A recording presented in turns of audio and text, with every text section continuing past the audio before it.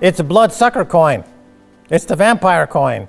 The Central African Republic, I believe, is the second poorest country in the world. Bring in Sango coin, and it'll be the poorest country in the world.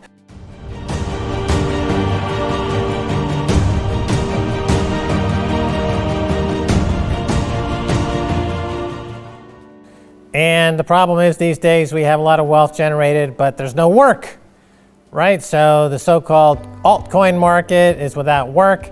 The NFT market, there's no work involved. In various other pursuits of Wall Street, it's just workless environment of pushing buttons. This is creating an environment of lawlessness, and it's creating an environment of plunder. So it's interesting, he equates wealth with work, and he draws the analogy of work from nature. So in nature, like our friends here, the parrots, who believe that they're actually different birds than the targos / parrots, they have to work. They go hunting for worms. If they were not working for those worms or whatever they eat here in El Salvador, pupusas, probably, they wouldn't be the targo / parrot that they are today.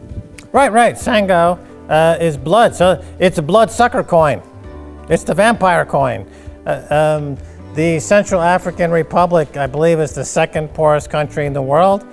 Bring in Sango coin, and it'll be the poorest country in the world, because all they've done is to facilitate the ability for colonizers to come in and steal all their natural resources with the bloodsucker Sango coin. They say that it has something to do with Bitcoin. Of course it doesn't. If they wanted to join the elite class of hard money, they would simply go with Bitcoin, but that didn't last long because they didn't have the fortitude to stick with Bitcoin, and now they will pay the price. Where this drama is being played out is in countries and economies and towns where we've seen what happens when the altcoiners come in and they milk the market and they bilk the market, and we're seeing them played out in the DeFi space. So what these guys have done is they'd have to go to far afield, to little countries in Africa now that maybe haven't heard about what's happening in the DeFi space yet, and they're picking their pockets. So they're just fanning out to wherever they can find suckers, whether it's Sango coin or any of these other DeFi or ICOs or altcoins. They're all terrible. The IMF, the European Central Bank, the Federal Reserve Bank, the Bank of International Settlements have already warned you what's going to happen. They've told you.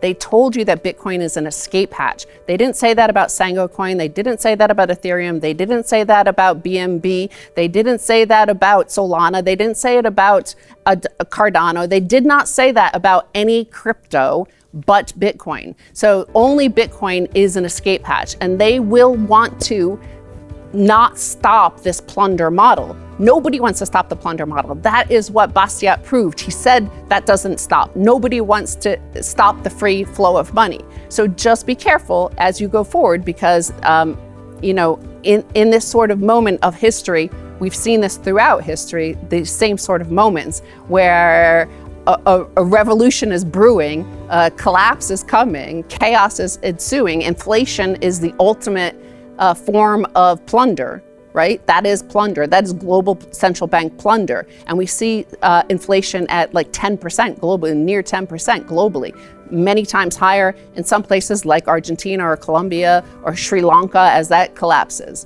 Right, sticking to Bitcoin's been a great plan for El Salvador. I just checked out the latest tourism numbers. They're booming, they're off the chart. Things are happening. It's Bitcoin plus Bukele equals boom times. Because they're sticking with the top coin, the Bitcoin, and it's paying fantastically well. The car is showing once you step out of the Bitcoin limelight, you're entering a world of pain.